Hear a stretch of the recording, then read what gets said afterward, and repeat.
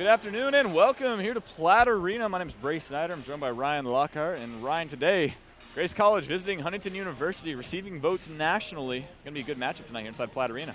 Yeah, I think we could all make an argument that the Foresters should have been receiving votes a little bit sooner and maybe could have been in the top 25, but they did have a little bit of a rough spot there in December. But they're 6-1 in their last 7 games. They were 1-6 before that, so a nice turnaround Lori Culler's got going here. And we're going to see if the Foresters can do what the guys did last night and get a win in Platt.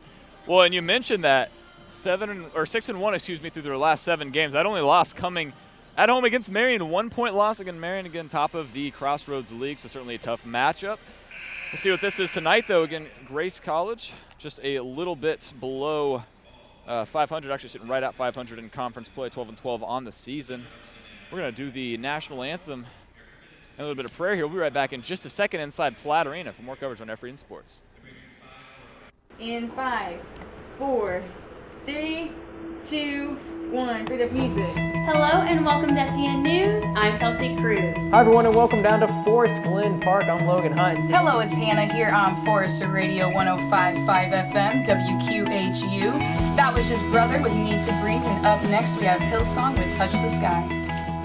Once the floodwaters go down for this program, I felt like really prepared me well for what it would be like to be in the news industry. From yesterday to today, the water has certainly risen and spread. You become a one-man band by the time you graduate, which that's something that people are looking for. People who can shoot, write, and edit all their own stuff. I was definitely blessed enough to come in and I started calling games right away as a play-by-play announcer. Longley tipped, down and in, and the Foresters taking the second set. Mateo with a nice cutback. She'll take the hit, left foot. That's in! Makes the 3. That's good! Through FDN Sports, it's really going to feel like a professional setting. I'm looking to really just take it to the next level, really just upgrade this FDN Sports and let people know that, FDN Sports is here to stay. We're here to battle with everyone. With radio, students definitely thrive here just because we are hands-on right away. I have a little weekend weather update for you here. Friday, it looks like it's going to be absolutely beautiful, a high of 72. I think radio and podcasting is a great way to have other people's stories shared, whether that be their testimonies or me just having the chance to talk to people and be able to pour into them in some sort of way. In the past couple of years, we have taken huge strides. We also do live shots, we're doing more news packages, doing more stories that affect the community. With all the politics going on recently, we've been able to do stories about that. More a lifetime asset than an education. And God bless you. And I will let my future take care of itself. And vote for Donald Trump. Hey, keep it locked right here on Forester Radio 105.5 FM. Well, that's going to do it for us here at FDN Sports. I'm Logan Hunt. Well, that's all we have for you in this installment of FDN News.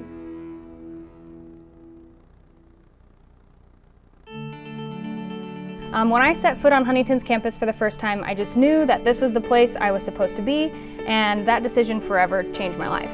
I was a new Christian at the time, but I grew so much while I was at Huntington. I felt known and I felt valued there, and the education department was just so great. In fact, I found a job before I even graduated, and I believe... We're back here inside Platt Arena. Again, the Grace College Lancers coming into Platt Arena to face off against Huntington University. Starters for the Lancers tonight going to be number 3, Kelsey Peterson, number 20, Veronica Drake, number 21, Brooke Sugg, number 23, Pam Miller, and number 24, Lexi Minks. Head coach Scott Blum in his 14th season. Assistant coaches Skip Forbes, Ray Davis, and Taylor Goshert. And for the Foresters, I think we'll see about the same lineup that we normally have. We'll see number 4, Maddie Reeker, starting at the guard. We'll also see number 5, Erin Moore, a sophomore, at the other guard. Sarah Fryman, number 12, start at the forward position, as well as Haley Krewald, number 24. And then Brooke Saylor, number 32, will round out the starting 5. Brooke coming off some amazing rebounding games here lately, Bray, and we got Lori Culler at the helm here. Bray, what are you kind of expecting from the Lancers tonight as they come into Platt? Well, you talk about the Lancers so far sitting at 500 both in conference play and in regular season play. Won their last 2 against Mount Vernon and Goshen, both of those at home, both of those single-digit wins, 8 and 9 respectively. So they're coming off a little bit of a winning streak, but again, the Foresters, same deal, lost a close one at home to Marion just a couple of days ago. I expect the Foresters to come out strong because at this point in the season, really every win matters. It can set you up for, one spot higher in the Crossroads League tournament, which again is just around the corner. Yeah, and when the Foresters traveled up to Warsaw, Indiana to face Grace, they weren't able to get the win up there, as Grace did win 67-61. So, the Foresters are looking to avenge that loss tonight and trying to come out with one. Yeah, and again, that is one of the few for the Foresters. Only 4 losses in conference play, 15-8 on the season. And tip underway. Saylor controlling it. They'll be back to Reeker. And we're started here inside Platt Arena. Foresters getting set up quick. We know how explosive they've been. Already looking inside to Brooke Saylor, not able to get the ball inside just yet. Fryman for 3, starts off the game rimming out. Rebounded by the Lancers, going the other way. Veronica Drake with the ball. Lancers really running a nice flex style offense. Bit of a slow step there. Looks like we're gonna have a foul called on Brooke instead of a travel there.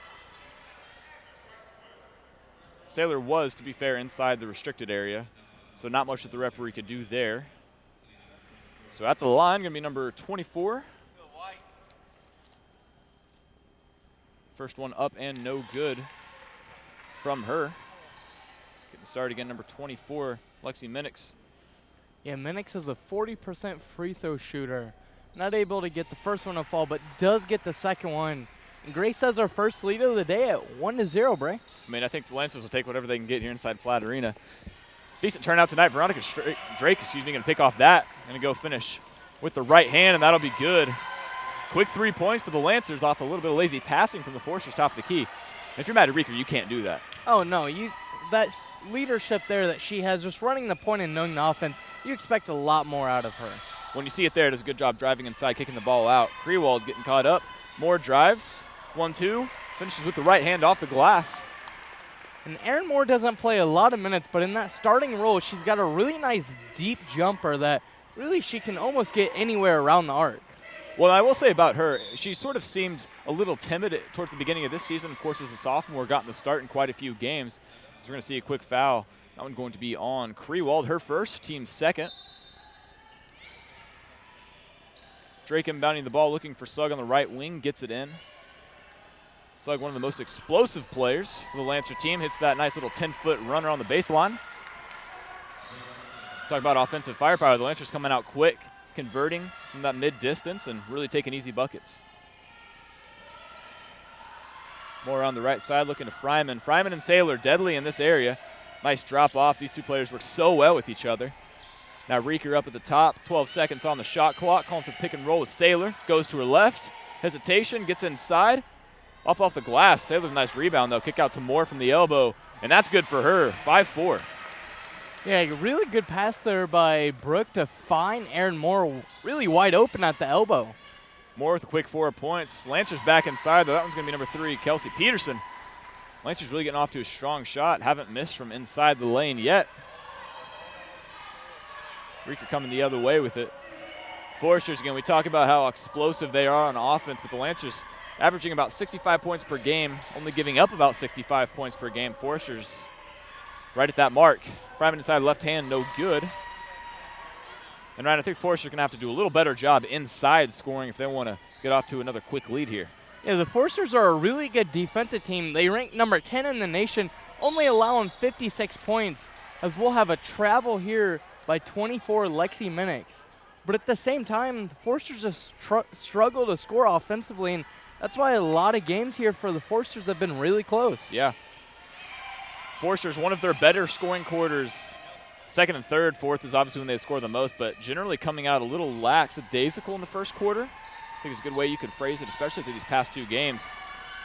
Krewald looking inside, picks up her dribble in the short corner. Looks to Moore, and that ball is going to go out of bounds as Krewald hits the deck. So far, Coach Kohler and the Foresters not getting off to the start that we thought. I think we might see. The Lancers coming out, though, with a plan. Quick 7 points, and now Veronica Drake again back up top with the right hand. Saylor comes down with the hand right on her face. Be Saylor's second. See Veronica Drake going to the line. I was surprised we didn't see the whistle immediately. Saw Drake hit the ground and then the whistle blew. And that'll be Saylor's second, team's third. Lancers still without a foul early. Yeah, Drake did take a pretty hard hit to the ground. Goes to the line for 2 here. Gets the first one. She is a 68% free throw shooter, and score now 8-4. Bray, make that 9 actually. Lancers are come out hot. When you got to wonder if Coach Kohler will take a timeout maybe here in the first 5 minutes of the first quarter, if she'll maybe try to let Reeker, Krewald, and some of the upperclassmen try to get something going again. Forster's not really finding a lack of offense during the season. Certainly struggling to find the bottom of the net now. Fryman with the left hand. Krewald, 3 is up. No good, nobody to rebound. And Krewald can be dangerous if you let her line it up like that normally. We see, as we talk about how Grace has been doing such a good job, saw it off earlier, they're taking the shots that are coming to them. That time Krewald, little time on the shot clock. See another quick foul, already 4 fouls, not even 4 minutes into the game. That's 4 on the Foresters, that'll be the first on Maddie Reeker. Coach Kohler talking to the officials a little bit here. Ball gonna be pulled back out. It's number 21, Brooke Sugg. The offense generally running through her hands. That left hand shows you why there, averaging 13 points per game on the season. That's a nice lefty from her to go up 11-4. And normally you expect a team's leading scorer to kind of have some height or physically look really intimidating. Brooke Sugg is not that opponent. She comes in measuring at 5'2", but I think we both can say it looks like she might be more toward that 5-foot mark. Yeah, you might be getting a little healthy bump there from the statisticians. But either way, I mean, I saw the same thing in high school. I was telling you this pregame. Sometimes shorter girls just really have as low to the ground as they are. Kind of like Mike Bush, you have a very good handle of the ball and don't turn the ball over very often. Moore's going to inbound to Fryman. Looking towards the middle lane, another hand check. This time going to be called on number 23, Pam Miller, 5'10", junior. We'll see a substitution here for the Lancers coming in, number 50, Kaylee Warble. She'll come in for Miller. Miller's second foul. Fryman going to be a long 2. That's up from her and good. And that's really her sweet spot, even fading away there. We know that she scores pretty well on the season from that spot. Yeah, Fryman's one of those opponents, only averaging 13 on the year right now, as Sugg takes a deep three-pointer, not able to connect, though. Well, this is, you sort of see the Foresters do better rebounding and then pushing in transition, and obviously the first few buckets just dropping from the Lancers. Foresters not really able to push tempo there. Taylor looking in, finds a cutting Krewald, goes right hand, and one. She'll get that to drop. And that's what we're talking about. You see the offensive attack sort of comes off of maybe a little bit of defensive breakdown from the Lancers there. Blocking to be called on number 24, Lexi Minix. And that was a really good job by Saylor, really, to drive under the hoop and draw a defender. And really, Krewald was just left open while she ran down the lane. As she does get that free throw to fall, put the Foresters only down 2 right now. Well, a good job from Saylor. It looked like she might get caught in a weird spot in that short corner, but it kept her head up. See a nice takeaway from Krewald. Veronica Drake hitting the ground, Krewald driving in. And that'll be a charge call. Feet just outside of the circle, and that's veteran play there. That time coming from Minix. Yeah, and with Sarah Fryman running down the other block on the other side of the paint, I was a little bit surprised Krewald didn't offer to throw that up. As we'll see now with 2 fouls, Bray, she'll have to sit for, you'd think, the rest of this first quarter just about. Yeah, 2 quick fouls. Again, Foresters already with 5 fouls, Lancers with 3, so both teams about to be in the bonus. We're not even halfway through the first quarter. Lancers often as they do, running around the arc. Just trying to work deep into the shot clock, you know.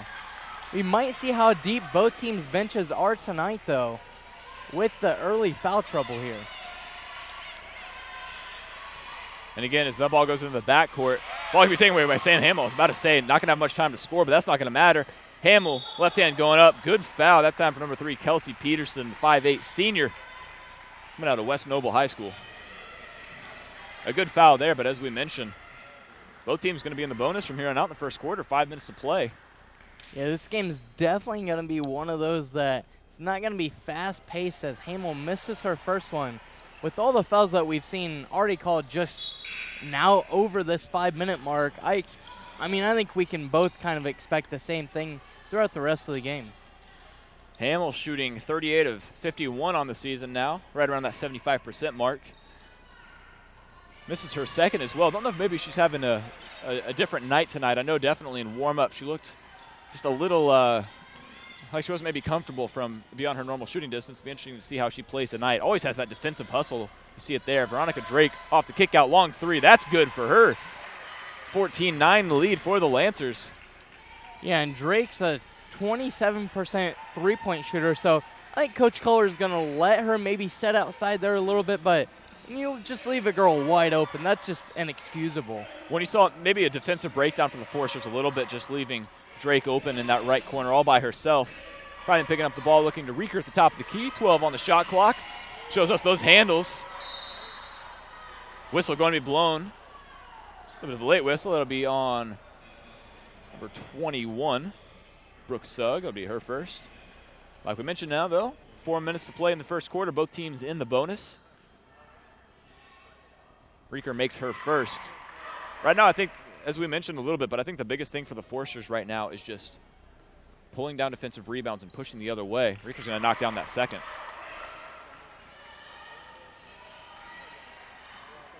Drake bringing the ball up now, guarded by Hamill.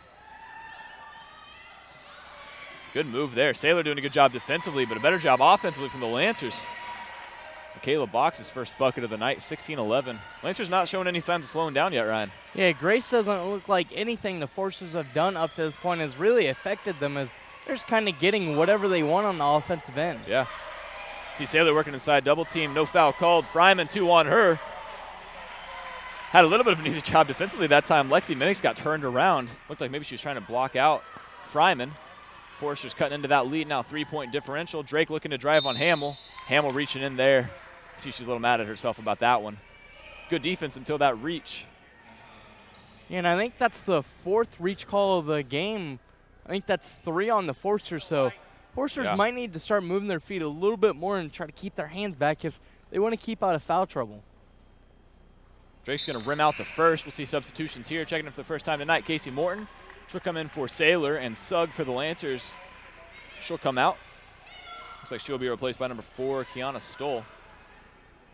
I don't know, Ryan, what do you say? Maybe the Foresters looking a little sluggish to start off the night, or you think maybe it's just that defensive rebounding and not being able to push in transition? Yeah, that might be what it is, because we normally see Foresters, that's where a lot of their points come from. And then the defensive effort, it just seems like something's not there. As Sam Hamill does a good job to get it inside, but can't get that shot to fall. Well, but the hustle on the back end, good job from her. Going to force the tie ball. Will go with the Lancers. Still, that'll free it up for the Foresters next time there's a jump ball. 3 minutes to play, 3-point differential. Kiana Stoll with the ball right now. 5'8" freshman from John Glenn High School. Lancers really patient offensively. Been taking their time. Mike's just pulling the ball out defensively from the Foresters. Not able to pick up anybody immediately, and that's going to be an easy corner 3 from Lexi Minix. Not guarded, gets that one to drop. Yeah, great job by Michaela Boxer to draw Maddie Reeker over and kind of make her making choice between if she was going to help defense or go out and guard her person on the 3-point line. See the same thing there. Casey Morton, though, she got her shot. That first one not able to drop. But we see that pretty often with her as well. Comes in, maybe takes one shot, maybe it's a 3, maybe it's a long 2. But she starts heating up pretty quickly. I think that's why you see Coach Kohler put her in here in the first quarter. 16 on the shot clock. 3 up from the Lancers. No good. Rebounded by Hamill. Finds Reeker. And you can see this is when the Foresters usually like to push transition before the defense is able to get set up. Here they're going to set in that half court. Morton coming around on the right side. Back into Fryman. Goes to the left hand. Kick out to Moore. 12-foot jumper. That's good from her. Another quick bucket from Moore. Yeah, Erin Moore earning her minutes tonight and being able to stay in this game. Usually we see Sam Hamill come in for her, but with Krewald with a little bit of foul trouble tonight, I think we'll see Erin Moore play a lot more. See a great pass from Drake there, blocked by Moore. Oh, and Hamill there just coming in over the top against the taller Kaylee Warble. That'll be her second foul, I believe. Yeah, it will be, and it will put, again, number 50, Kaylee Warble on the line. Warble shooting south of 50% on the season. Will make her first. As we'll see Yoder come in for Hamill, and then for the Lancers, checking in number 32, Rachel Montgomery, as well as number 34, Lauren Godfrey, sophomore-junior combo. Ryan, both teams going to the bench pretty quickly here. And I don't know if that's choices by each coach or More just the foul trouble Yeah. that each team's kind of in right now. Not really having much of a choice early. Although 15-21, Lancers doing well. Already 7 players have scored in this matchup for the Lancers. And we're not even talking about first half. We're talking about the first quarter. Not even done. Yoder looking in Fryman, pulls down that, kicks out to Morton, gets her feet set, shuffled a little, no good. Good rebound by Fryman, though. Sophomore really putting in work as we see Sailor out of the game right now. Rika driving left side, kick out to Moore. Puts the ball on the floor, hand off to Yoder. Still looking inside for Fryman. You can see them trying to work it into her. Yoder picking up her dribble, but no 5 count. Plenty of time on the shot clock for the Foresters. Shot no good. Pulled down by the Lancers. And that time, that's maybe one of those shots that the Foresters want to have back. You got 10 seconds on the shot clock. Maybe try to work the ball back around the wing a little bit. Yeah, now under a minute, you got to think the Lancers are looking for a 2-for-1 opportunity here as the three-pointer is no good. Rebound there by Sarah Fryman, and we'll see a foul on number 32, Rachel Montgomery of the Lancers. Well, and of course, in the difference in how fouls are counted and how you get to the line in women's basketball compared to men's basketball, not really being penalized after that 5 fouls. You see a lot of girls coming in off the bench now, picking up 1 foul doesn't really do too much as the Foresters are already on the line. Fryman's first free throw underway, no good. I don't know what it is, Ryan. It just looks like the Foresters coming out a little flat in the first quarter. And you got to think this, after this first quarter is over, Coach Kohler's going to give her girls a little pep talk and get them back in the game now. Oh, yeah. 45 seconds here, 5-point lead for the Lancers. Ball on the left wing. Again, plenty of time. They've been very content so far to run deep into the shot clock. Looking for the pick and roll. Fryman up top. Actually, you're not going to be split. That ball going to hit Tessie Geis of the soccer team in the head. Long pass, always have your hands up and be ready for it. Working on maybe a little header action for soccer season, getting her ready here. Always got to be aware. Shot clock now turned off. 5-point differential. Maddie Reeker, no 5 count. She's going to take her time. Fryman going to come up for the pick and roll. Maybe waiting just another second. Pick and roll, not exactly what Reeker's looking for. Driving in right side. More to her right. Plenty of time on the shot clock. 5 seconds. Going to be called for a walk there. Bucket negated, and now 4.5 seconds. Plenty of time for the Lancers to come the other way. And Erin Moore, she's got 6 points so far, so that's not a bad option there. As we'll see Reeker put some pressure on the Lancers. And good job by Moore. That's actually going to go off of the Lancers. At least will be called off of Michaela Box. 2.1, plenty of time. Foresters actually may have a chance to get this ball back. Again, 2.1 seconds, plenty of time. Yoder to inbounds. Morton curling. Fryman catches. Doesn't put the ball on the floor. 3 up. And that's short. That's how we'll end the first quarter here. Score 21-16 inside Platt Arena. Grace College up on Huntington University. We'll be back in just a moment for more coverage inside Platt Arena. It's just an incredible feeling to know that you are handing these folks the keys to a life-changing house. It's not just a house. It's not just walls and windows. It's a home that they get to bring up their family in, bring up their kids in, and show their kids what it means to get out of poverty and to make a better life for themselves.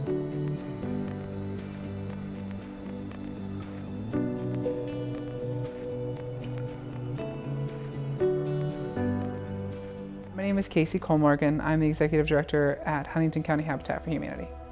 We are a construction company. We are a mortgage company. We are a financial institution. We are advocates for families. We are a budgeting center. And on top of it, we are also a retail store. So we wear a lot of hats as an organization. Our main focus is to serve the community any way we can. And so we want to help families empower themselves and find a better life through the process of homeownership. The need is so great. And that doesn't just mean families who are homeless, but it's also families who are packing multiple families into one house or into one apartment. We're back here inside Platt Arena. Score 21-16 starting off the second quarter. Foresters looking for a little more offensive firepower here. Brooke Saylor checking in for Fryman. Everybody else on the floor, the same for the Foresters. Moore goes up for a long two, no good. Rebounded by Kaylee Warble. Again, the Lancers doing a great job, Ryan, of starting off, getting boards, and pushing the other way.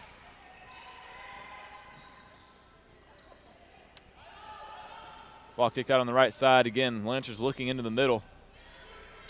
Right now, Michaela Box trying to go to work on Moore, spinning around, losing it. She may have picked up that pivot foot. Although if we're in the NBA, not a travel, of course. Take as many steps as you like. Yeah, I'm not sure how many games I've watched where I can call about 5 or 6 guys that travel. Kick ball, that time going to be called on Kiana Stoll. And to be fair to Michaela Box, looked like the ball may have been tipped maybe a little bit.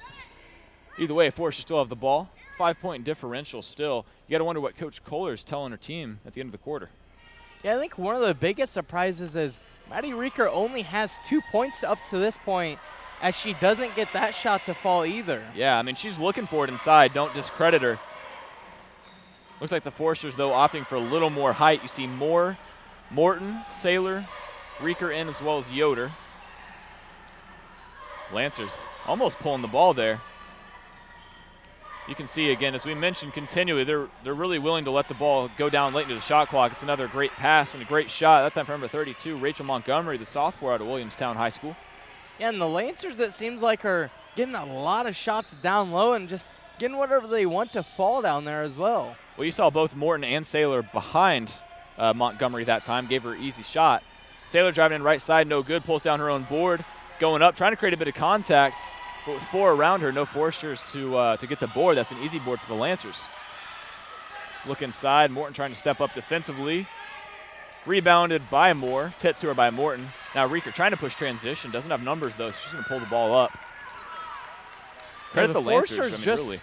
Foresters just aren't running the floor tonight like we're used to seeing. And that actually may be one of the reasons, Bray, we've talked about the transition here for the Foresters, and it's just not happening tonight. You can see there Morton trying to find Saylor on the inside. Great job defensively by the Lancers pulling that ball down.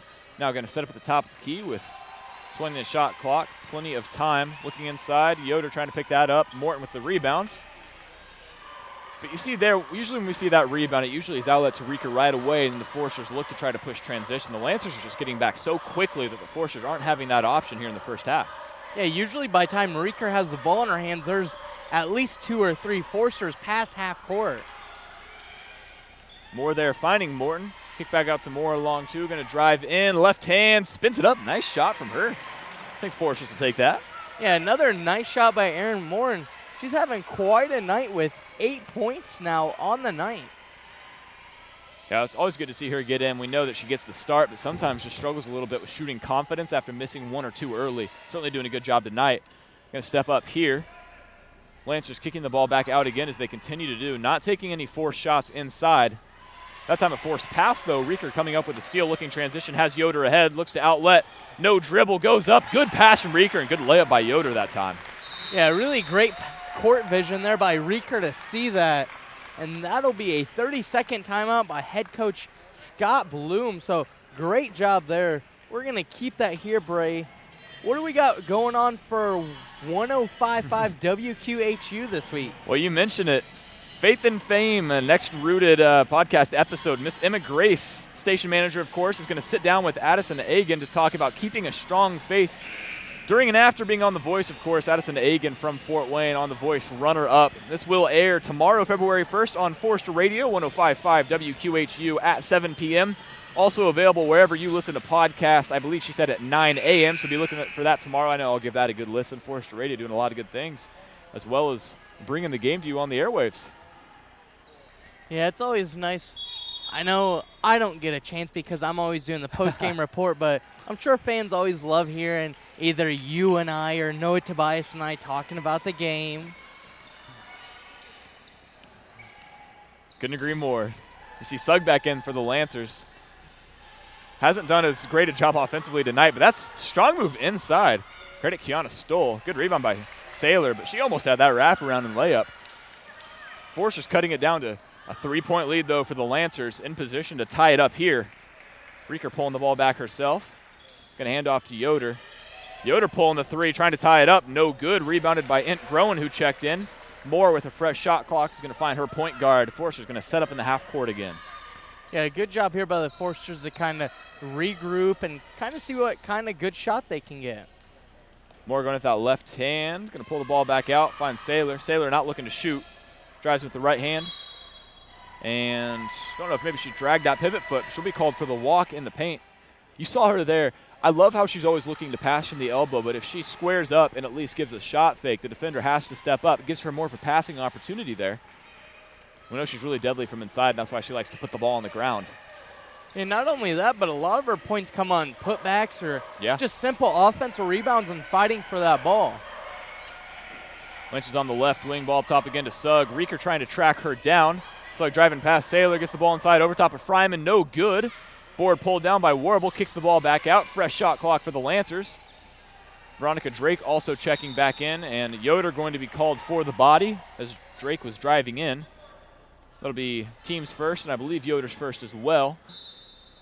Drake is going to inbound the ball on the baseline. Again, fresh shot clock. Looking back up to the top of the key. It's going to be Stoll with the ball. Looking for the pick and roll, guarded by Moore. Gets around on the right side. No travel going to be called. Certainly could have been. Sugg going with that left hand, looks back down to the right. Saylor going up, just getting a piece of it, but a good bucket from Warble. Again, 5-point lead. Reeker looking for somebody to come back and pick up ball. Yeah, Warble with that big 6'1" frame. Has a couple inches on Brooke Saylor, so we'll have to see how that matchup kind of goes the rest of this night. Yeah, Saylor usually does a good job using her body and using positioning better to out-rebound. We see her on the inside here just struggling to get shots up over the taller Warble, but a nice kick out left wing. Reeker three is good. Good shot, but a better kick out. Yeah, and when you're shooting over 51% from three, that's got to be one player that you kind of target and kind of, you know, coach has got to be telling them, hey, guys, don't let her shoot from deep. Yeah, I couldn't agree more. But it's the fact that Saylor drove inside and forced the double team. She was able to kick that ball out just to Reeker. It's going to be a bad pass there from the freshman, Kiana Stoll. As she's going to come out quickly, going to be replaced by Kelsey Peterson, the 5'8" senior, again, who got the start tonight. Yeah, let's not forget, Peterson did just score her 1,000th point against Goshen, in the last matchup for Grace. So congratulations to her on that. We know that's a big feat for really any player to achieve.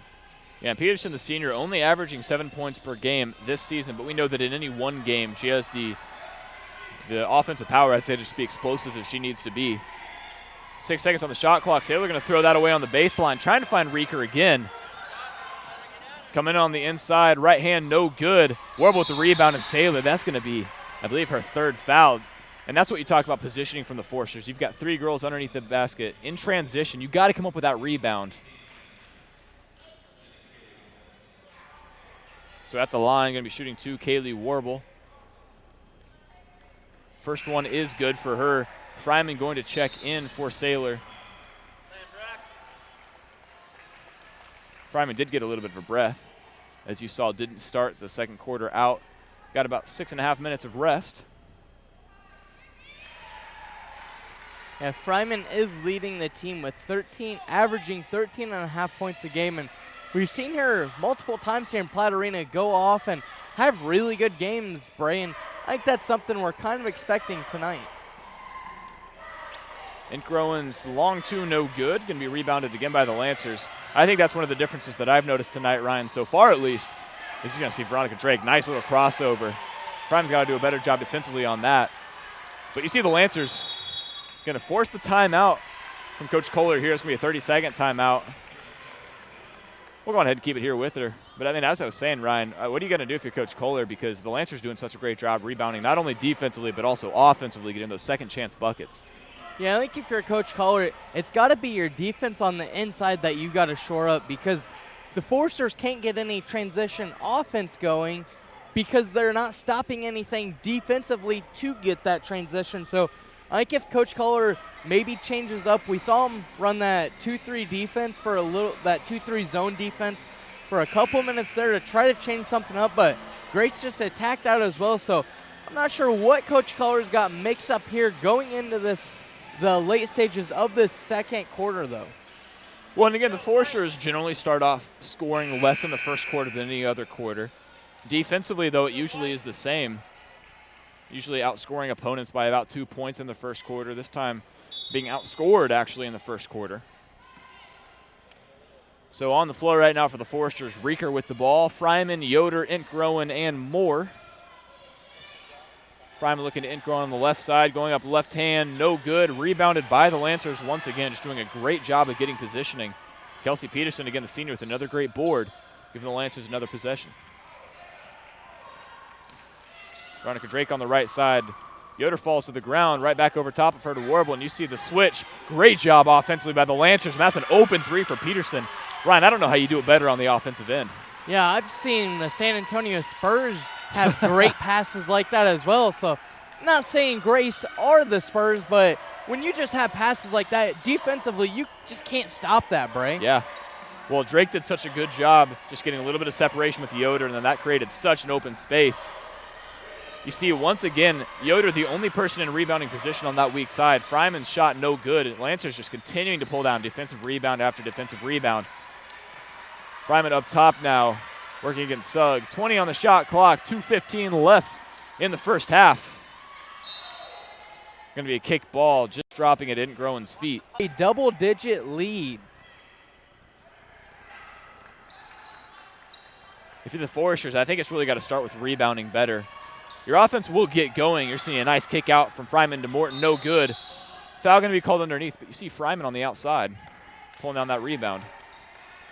I think both offensively and defensively, that's one of the keys. The Foresters really need to do a better job rebounding, because right now the Lancers just really dominating the boards.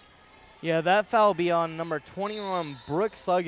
That's now her second foul of the game. So it's Maddie Rieker getting this one. Cross-court pass over to Erin Moore. Seen Erin Moore's had that hot hand. Looks like Grace is going to try to double her and trapped in that corner. Barely got the ball out. I mean, that was close. Really only had 3 people on her. 15 on the shot clock. Rieker looking for the pick and roll, driving inside. Reaching foul going to be called. It's going to be on number 3, Kelsey Peterson. Rieker, I mean, she had 15 seconds. Of course, the Foresters a little frantic after that double team and almost 5-second call in the corner, but got the ball out, had a little bit of time. Moore going to inbound the bucket. Fryman going to kick the ball to Rieker. Long three, no good. Nobody in rebounding position. Same thing as we continue to say, Ryan. Lancers dominating the glass. Yeah, I don't think there was a Forester inside the paint there. Yeah. And if you're the Foresters, it's not that you have to be worried about missing shots. We have to understand that anytime you miss, ball is probably going to go long. Gracious dominating, not even defensively only, but also offensively. You see them working inside. Veronica Drake going up against Morton, no good. Tipped by Moore, but nobody there to pull the ball down. Peterson looking to Warble inside. Easy bucket, great pass. Lancers dominating offensively, 37-23. Great job from that duo right there. Yeah, Warble having a really good night. I don't think that was a pass, but I think we can give the assist there. I think she'll get it off the tip, and it'll just count in the stat book, and she won't have any problems with it. Long two from Moore, hitting glass, and part of the rim, but not going to drop. Now, shot clock essentially turned off. Less than 1 second of a difference.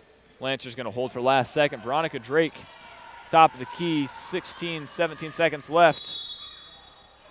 And blocking foul going to be called on Morton. I don't know that you can be any more set than that, but maybe just catching Veronica Drake on her side. That's a hard call as an official, of course, because Morton was definitely set, definitely fell straight back, but Veronica Drake catching her on that side. Hard call there. Yeah, that charge block call, really it's a 50-50. Got the block here, and Drake not only able to get one of her 2 to fall there. Now under 10 seconds, though, for the Foresters. Avina almost pulled the 3, got Rieker behind her. That's going to be an easy foul call. 2 girls on each side. The foul will go against Veronica Drake, number 20. That will be her first. Only the team's third in the corner, so 4.9 seconds more to inbounds. Looking for that quick inbound. Going to throw it back up top to Moore. And another foul called. At this rate, the Foresters might be shooting free throws before the end of the half. Yeah, we only have 3.6 seconds, but only about 1.2 came off the clock before that foul was called. This is why sometimes as a commentator you shouldn't speak too soon. I guess anything can happen, and we'll see a substitution here. Coming back in, number 32, Rachel Montgomery, as we're going to see Lexi Minix take a seat, just not wanting to pick up that 3rd foul. Kick ball just about hitting everybody at the table. Stop play for just another second. I thought we had a little bit of dodgeball here in Platt Arena going on. Strong kickball either way. No time should come off the clock because, of course, kickball should stop clock as soon as the ball would have been inbounded. Reeker to inbound. Fryman comes up to get it. Good job defensively by the Lancers right now. 3.2 seconds remaining. Yeah, the Forcers really aren't setting any picks for anybody to get off, though. They're just kind of running around and looking for open space. And that makes it easy for the Lancers to defend. Reeker looking for Avina, gets the ball into Fryman. 2-1, shot up, no good, and that's how the first half is going to end inside Platt Arena. Score 38-23. Lancers dominating the glass and also dominating the scoring. We'll be back in just a moment for some halftime stats as well as a little more commentary inside Platt Arena. FDN News is our campus news station, and we are just a news station that shines Christ's light on campus and in the Huntington community, whether that be going to a presidential rally or talking about the meal plans on campus. Everything we do for the glory of God. With news, you have such a great opportunity to go out to hear people's stories and tell their stories and to be light and to share that light. So my goal for FDN News is first and foremost that students would learn, that they would engage, they would learn a little bit about themselves, about communicating with others, refine their skills, and become expert storytellers for the kingdom of Christ. The benefit to coming to Huntington and being in the Forrester Digital Network is you get hands-on experience. So we have some freshmen coming in that week 1, they are taking a camera out and they are teaming up with an upperclassman and refining their skills. So by the time you graduate, you've got 4 years of hands-on and classroom experience. FDN is so much fun. I feel like it really is a great aspect of the school, and I'm so glad I get to be a part of it as a freshman especially. Like, it's just a great experience. You can love working on camera and be part of FDN. You can love storytelling and be part of FDN. You can be a math student and be an FDN. Like, anybody can do it. It's a big family. We have fun together. And I just encourage, if you've ever been curious about news or what a newsroom looks like, volunteer with FDN whenever you can.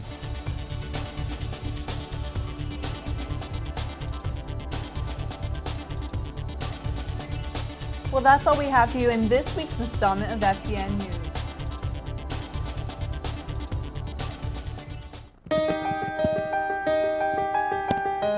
The Global Initiatives degree that we're offering is seeking to equip folks who are interested in applying a ministry education to cross-cultural work. So somebody who's looking to do holistic ministry, somebody who's looking to engage in the business for transformation or business as missions model would find some equipping through our Global Initiatives degree. Our Global Youth Ministries degree is designed to prepare people for leadership in youth ministry, quite simply anywhere in the globe. It's for men and women who are already in youth ministry or for people who are simply preparing to lead youth ministry. One of the things I like about the pastoral leadership track is that Luke and Karen, who worked on developing it, consulted with church leaders so that people preparing for ministry leadership in the church would have the skills and the knowledge that they need.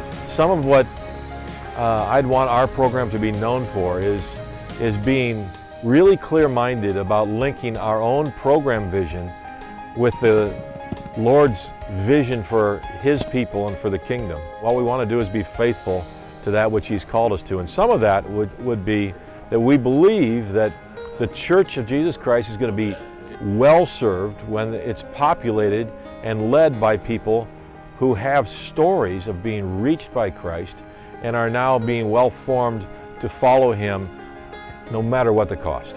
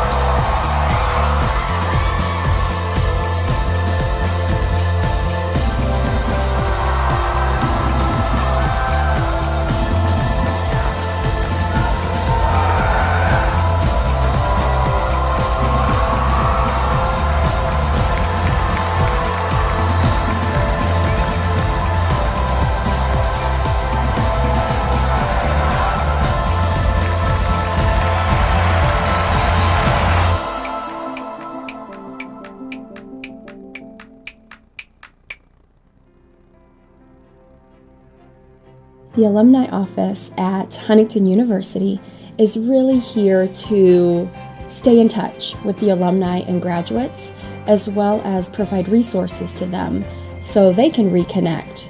It's just really important to us that we keep in touch with them and then let them know what's going on campus as well, things that they might want to continue to stay involved with or maybe participate in an alumni gathering. I started getting involved as an alumni board member, and we would do various projects throughout the university, throughout the year. Just being able to meet people who've graduated and to listen to their stories about the university, back then the college, and how it's grown today, it's really an honor and a privilege to be a Forester. I knew that this was going to be the university that I was going to graduate from, and I have friends here that will be lifelong.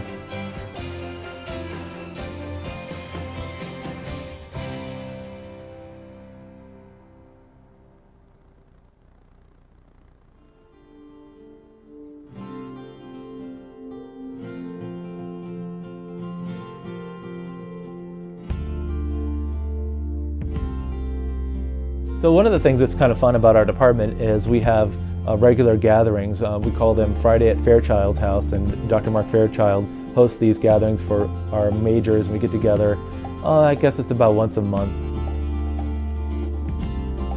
First I was like, that's kind of weird. Like, we're gonna go hang out at a professor's house. But for my Greek class, he offered extra credit if we would go. So I was like, it's worth it. I'll take some friends with me and try it out. And it was a ton of fun. I think that's one thing that's kind of unique about Huntington. We really are able to joke and get to know each other outside of the classroom on a personal level. We really become friends, I think, with our students. The experience of being able to sit in a professor's house and engage in scholarly discussion and informal discussion over something faith-based is, I think, very unique to this university.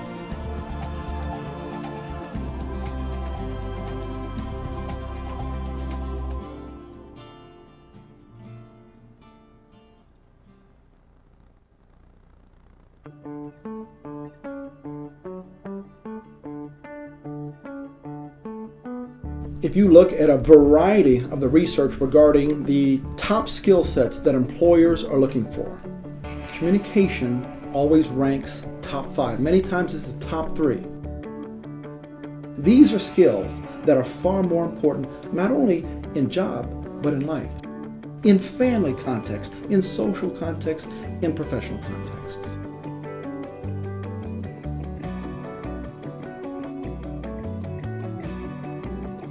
One thing that's different about Huntington University as a Christian college is that we have a journalism major.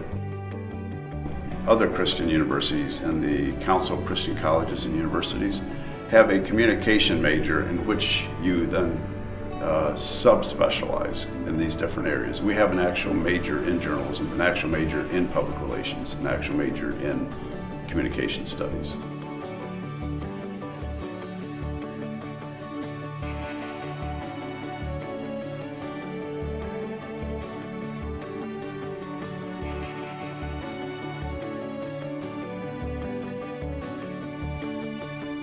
Teachers try to incorporate different aspects of like the Bible into or core curriculum. There's so many things that can spark, you know, excitement, enthusiasm.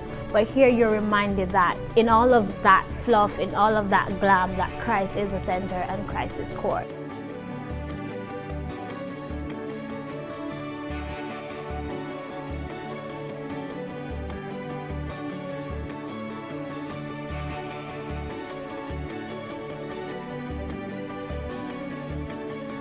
One aspect of Huntington University that I think makes us distinctive is the fact that 100% of our teaching faculty have PhDs. Also, here at Huntington University, the communication department, we offer 2 very different perspectives on the same field of communication. So we have 2 professors here that view the field quite differently, and I think the students benefit from that.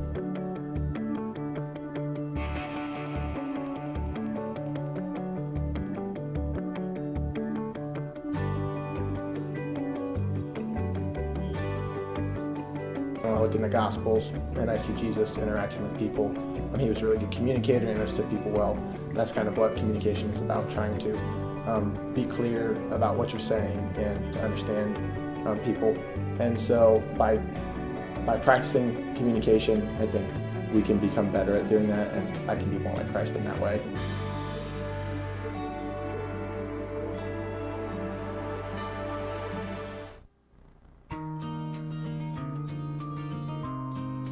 At Lakeview Middle School, I'm a 7th grade language arts teacher. I primarily teach 12, 13, and sometimes 14-year-olds reading and writing. One of the unique things about the teacher education program at Huntington University is the relationships that are developed between the faculty and students. They are super thoughtful people. They want to be a part of your life. They want to, be your mentor and help you through this process of becoming the best teacher that you could possibly be. I have a very good relationship with a lot of my professors from Huntington, and I think that's because they asked me questions that were even outside of the classroom. And then after class, I wanted to tell them about things that were going on in my life and the exciting things with teaching. And because our class sizes are small, we get to know them as people, we get to know their strengths, weaknesses, because then we know how best to help them. And it also simply makes the whole experience a lot more enjoyable. I still use a lot of the activities I learned with them with my students today. And so it was really helpful to have that time with them and especially those conversations with them. I think that Huntington prepared me incredibly well for the teaching position I have now. From the beginning of when I started at Huntington, I felt like it was a place where I was able to grow as an individual as well as in the intended purpose. We're back here inside Platt Arena. Again, score 38-23. Grace College 12-12 coming into Huntington University, who is receiving votes. And Ryan, we've had a pretty interesting start to this game, of course. Maybe not how we thought it was going to go, but Grace College has really come out fighting. Yeah, we saw the Forsters really didn't get that transition offense going, but big part of that, they haven't been able to stop a lot of those shots on the inside. Yeah, so we're going to go ahead and take a look at some halftime stats real quick, and we'll show you those in just a second. But really, Grace College, as we mentioned, they have done a fantastic job shooting the ball. 13 of 24 total field goals, shooting at 54%, 21 rebounds, 7 turnovers, 3 steals, and 6 assists. Veronica Drake, 10 points, 3 of 4 field goals. But I think what's been bigger from her personally has been only 1 turnover, and she's done a great job distributing the ball, not showing up in the assist categories, but definitely done a great job. Yeah, if we look over to the Forster side, not shooting as well, only 9 of 31 with 15 rebounds and 7 turnovers. They do have 10 blocks to go at that, though, which pretty big number for the first half. We usually see that a total game number. 7 assists, shooting 29%, and Erin Morris had the hot hand tonight with 8 points and 1 rebound on the night. As we get under a minute now, Blake, Bray, what do you think the Forsters are going to have to do to get back into this game? It's a 15-point game right now. Well, I think what we've talked about really that's been the biggest part has been Grace College's rebounding. We mentioned they have 17 total rebounds right now, 14 of those defensive. For the Forsters, it's one and done. And how are you going to score whenever you shoot one time and you can't get the ball back? Grace has done a fantastic job getting that ball, pushing transition, and they've also been able to slow down, get set up in the second half. So we're going to see here what Grace College is going to be able to do. Honestly, I don't know what you think, Ryan, but I think it's really as simple as Coach Kohler telling her girls, I want you every single play to be crashing the glass. You obviously have your shooter, if she's at the top of the arc, or maybe another guard, stay back so that you don't get beat in transition. But I really think it's that simple, just making sure girls are going into rebound, trying to get second chance points. Yeah, and I think one of the biggest surprises of the first half, though, Brooke Saylor right now has no points and 4 rebounds. So I know we expect Brooke to come out and almost get a double-double about every night, the way she can just fundamentally on offense do whatever she wants with the ball, but tonight just not there. Sugg coming out quickly, going to be a long 3, no good, and as we mentioned, rebounding is key. Saylor coming up with that one.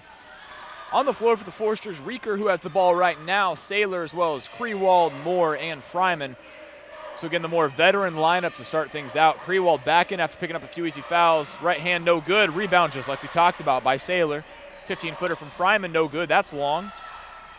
Not touched by the Lancers, and that'll be their ball.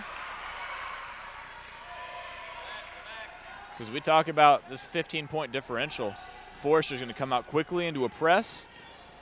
4 girls up on the front court. Sugg on the right side, going to be going uncontested. Good drop-off pass. Krewald careful not to pick up another foul. Actually, a nice bucket there quickly from Pam Miller. Yeah, great shot there by Miller, but nice little dump off there by Sugg as she drew Saylor over. They've just really done a fantastic job of sticking to their game plan. You see Fryman working inside, trying to get the ball back to Saylor, not able to get it in. Moore looking to her step back on the right. That's a good shot from her, and as we mentioned, had a great scoring first half. Going to be interesting to see if she keeps it up in the second. And an interesting foul call going to be called there, about a 50-50 call. Foul will be called on Reeker.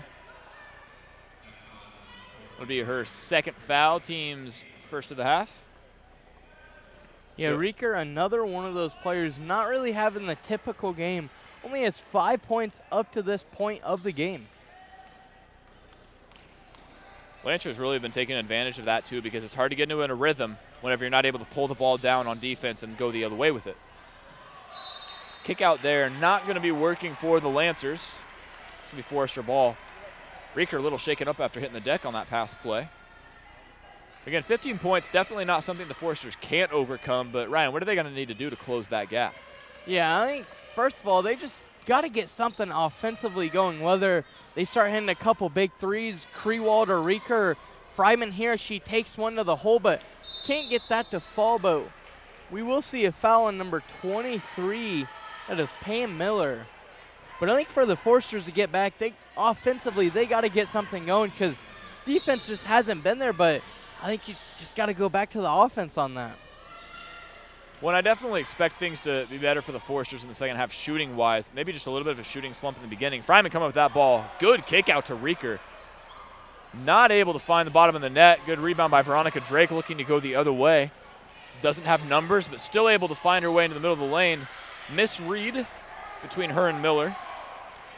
Forresters going the other way with it. Again, that 15-point differential. They haven't been able to crack it just yet. Krewald almost loses the ball, but maintains possession. Left wing is Fryman looking for a cutting Reeker, top of the key, looking inside to Saylor. Has her in the middle of the lane. Kick off to Moore, long two. Gets that to drop. That has really been working for Forresters in the first half. Yeah, Aaron Moore staying hot in this second half with 4 points now. And good turnover there, forced by Sarah Fryman. You talked about at halftime, you thought you were going to have to do a better job in the half court, but also a better job just keeping possession of the ball and turning over Grace. Done a great job of that to start off the first maybe few minutes. Saylor not able to get that reverse to go. Bit of contact going to be enough to give Saylor another foul. There's enough for the official to blow his whistle for sure. That'll be Saylor's third. Yeah, and that's a big third foul there for the Forresters. And for Brooke Saylor, she's the anchor of this defense. Veronica Drake double team, looking up left side. Those are the no-look passes you can't throw. If Sugg would have taken off just a little earlier, Veronica Drake had her there. And we're going to see a quick 30-second timeout from Coach Scott Blum. We're going to take it with him. We'll be right back for just a moment.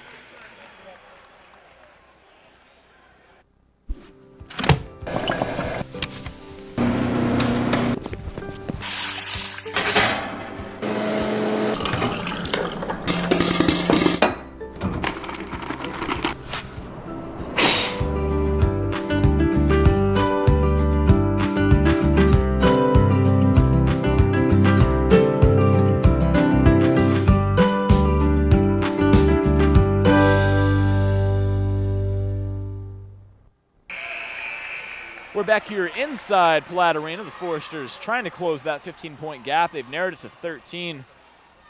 And Ryan, the press has certainly helped to start things off. But again, Coach Scott Blum, 14th season, calling a quick timeout, trying to settle his girls down. Yeah, we saw that turnover there by Veronica Drake of Grace. You know, just some uncanny things that Grace just hasn't done tonight as Fryman gets a nice take inside there for 2 points. Forresters take that any day.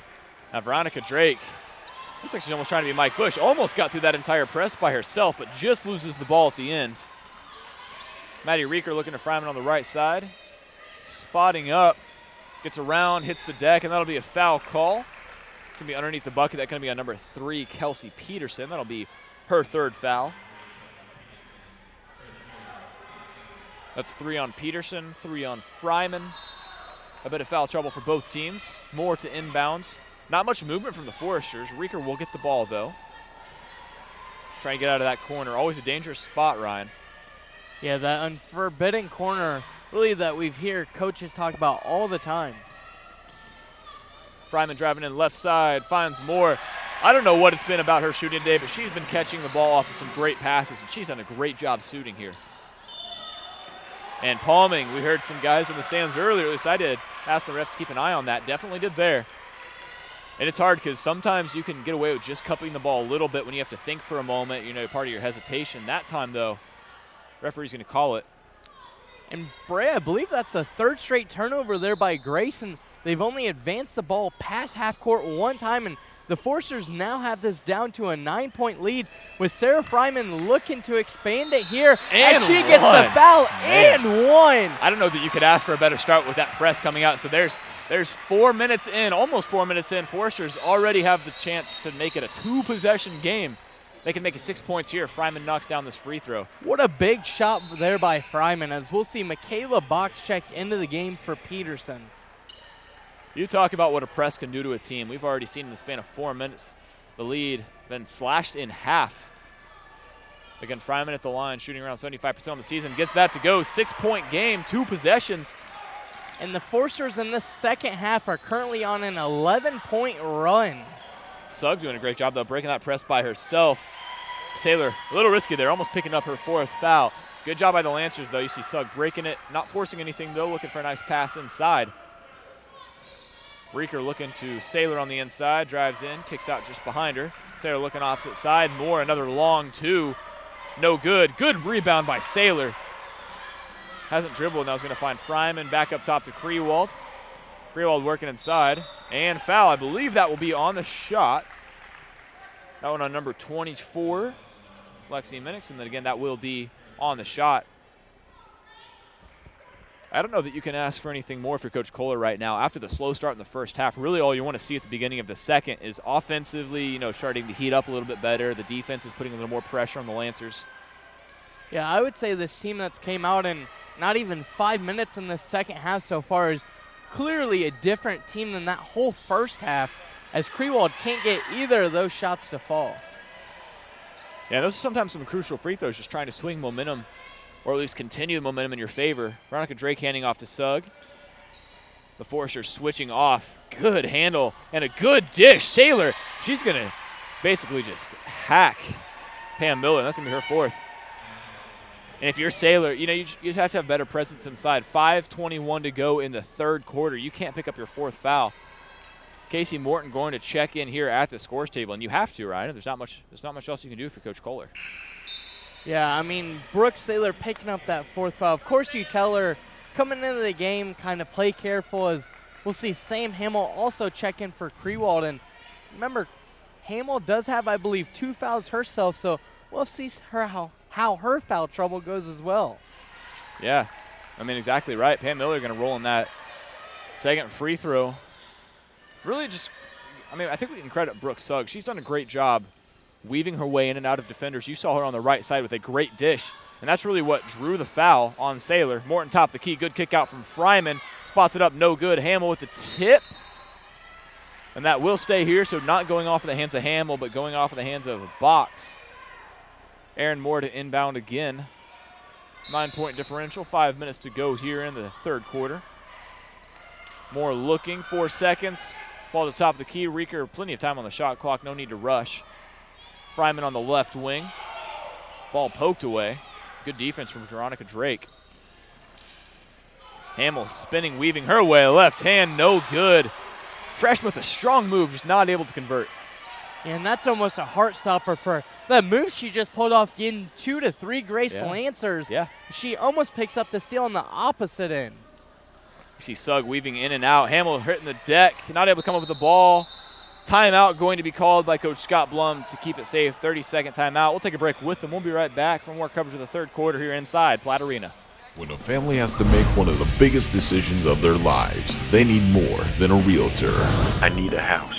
They need an extraordinary team of experts working day in and day out to provide service and knowledge to get the job done right. Anything short of intensity, passion, and drive is unacceptable. Introducing the Ness Brothers, an unstoppable force of realtors here to turn the biggest decision of your life into a walk in the park.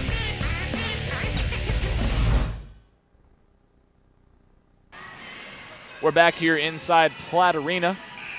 Score 43-34. Again, just want to remind you, for all of our WQHU listeners, that Ms. Grace will be talking about faith and fame, sitting down talking with Addison Agan, the runner-up on The Voice a few years ago, the Fort Wayne native. This will air tomorrow at 7 p.m. and also be available wherever you listen to podcasts at 9 a.m. tomorrow. Make sure to listen for that.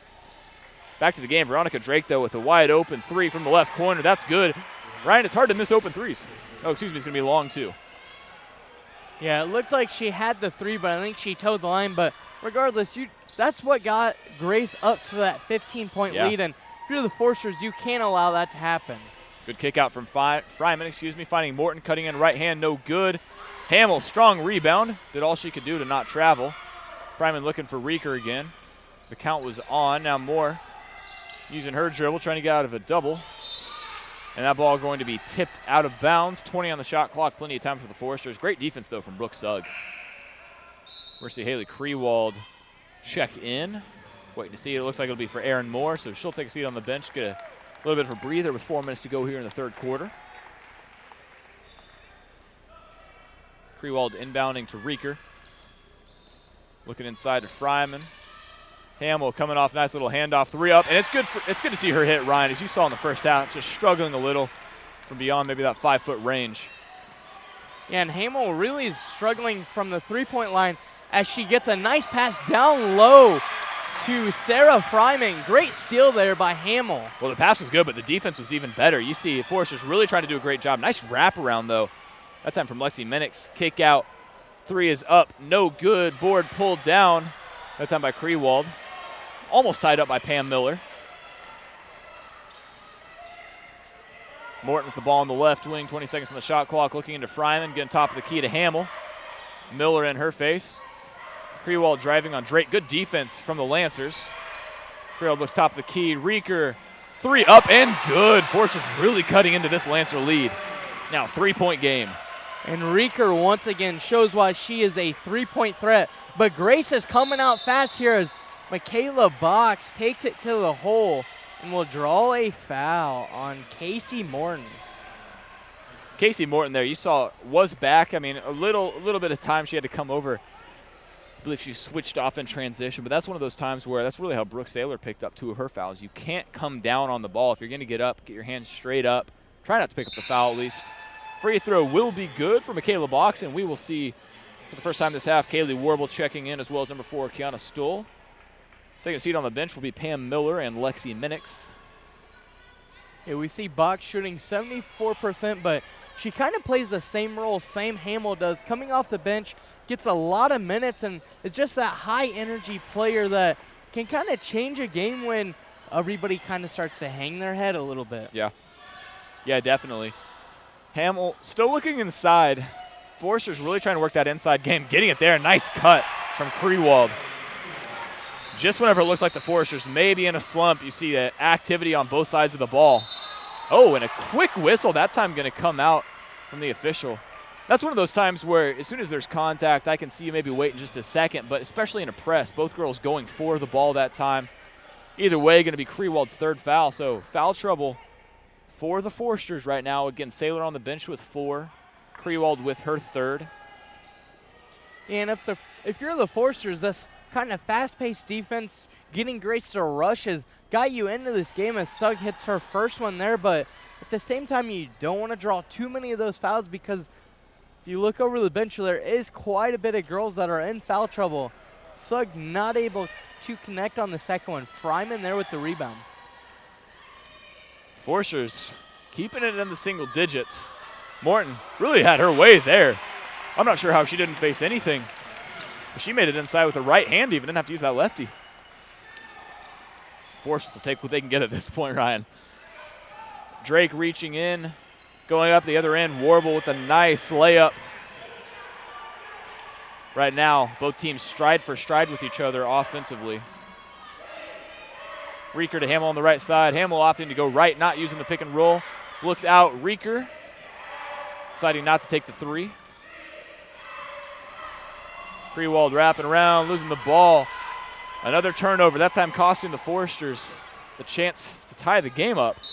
Fryman, again, Foresters have to be smarter. Ryan, I think that's a big part of the game right now is reaching and easy fouls like that you could just take a break from, really hurting the Foresters. Yeah, I don't know if I like that foul there by Fryman. I see what she was trying to do, maybe trying to get Sugg to double dribble or just get in a panic in that corner, but player like Sugg, I mean, she's really the leader of this team. Yeah, exactly. It's going to be hard to make her panic, obviously. Junior coming out of Fishers, Indiana.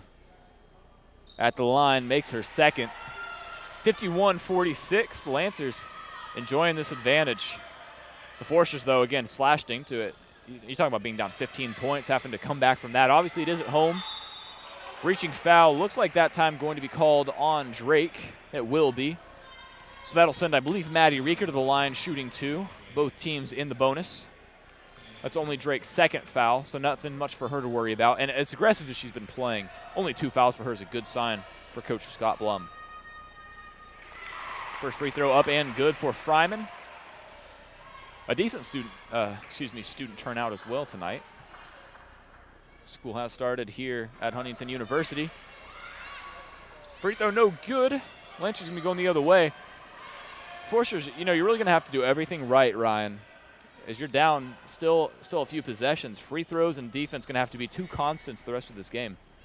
And if the Foresters can keep this to within a 5-point game going into the 4th, I think this will make for a really exciting finish here as Sugg just dribbles around all of the Forester defenders, it seemed like, and got that one to fall.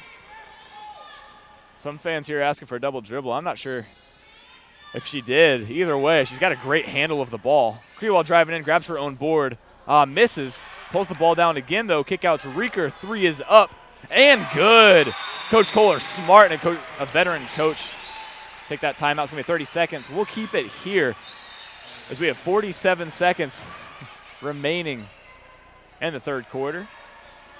And I think Reeker's trying to get her 3-point percentage up as I believe she's now 3 for 4 brace. So Reeker once again doing a great job and really showing up in the second half as the first half it really just wasn't falling for her.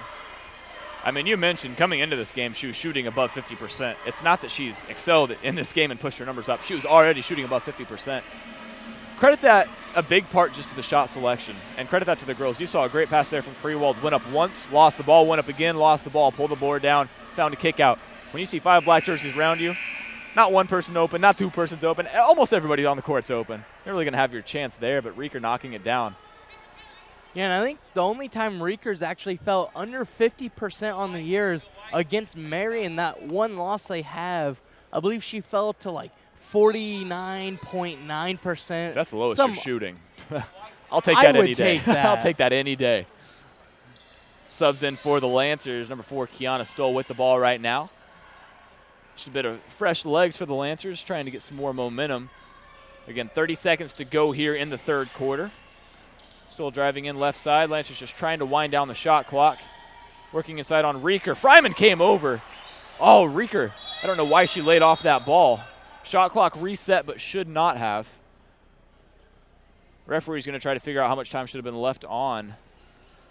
And that is important, Ryan, because we talk about trying to remember how much time was left. It looked to me that it was probably about 10 or 8 seconds, and then the ball was thrown to the other side of the rim. But shot clock did reset, so officials here going to come over. You know, I think this might be a lucky break for the Foresters here, as it looked like Grace was getting shot inside and might have had an easy basket under the hoop there.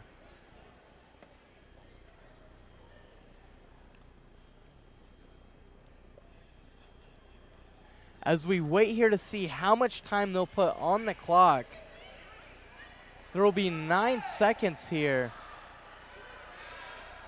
We see some more confusion here as now the ref will talk with the other official, as well as Coach Culler will talk with an official. And the shot clock did get down to 8 seconds, so Coach Culler not happy.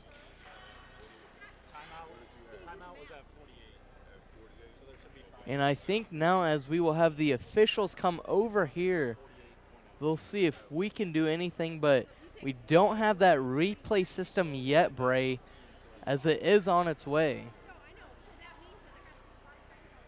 But we'll see if we can get some replay here going for them.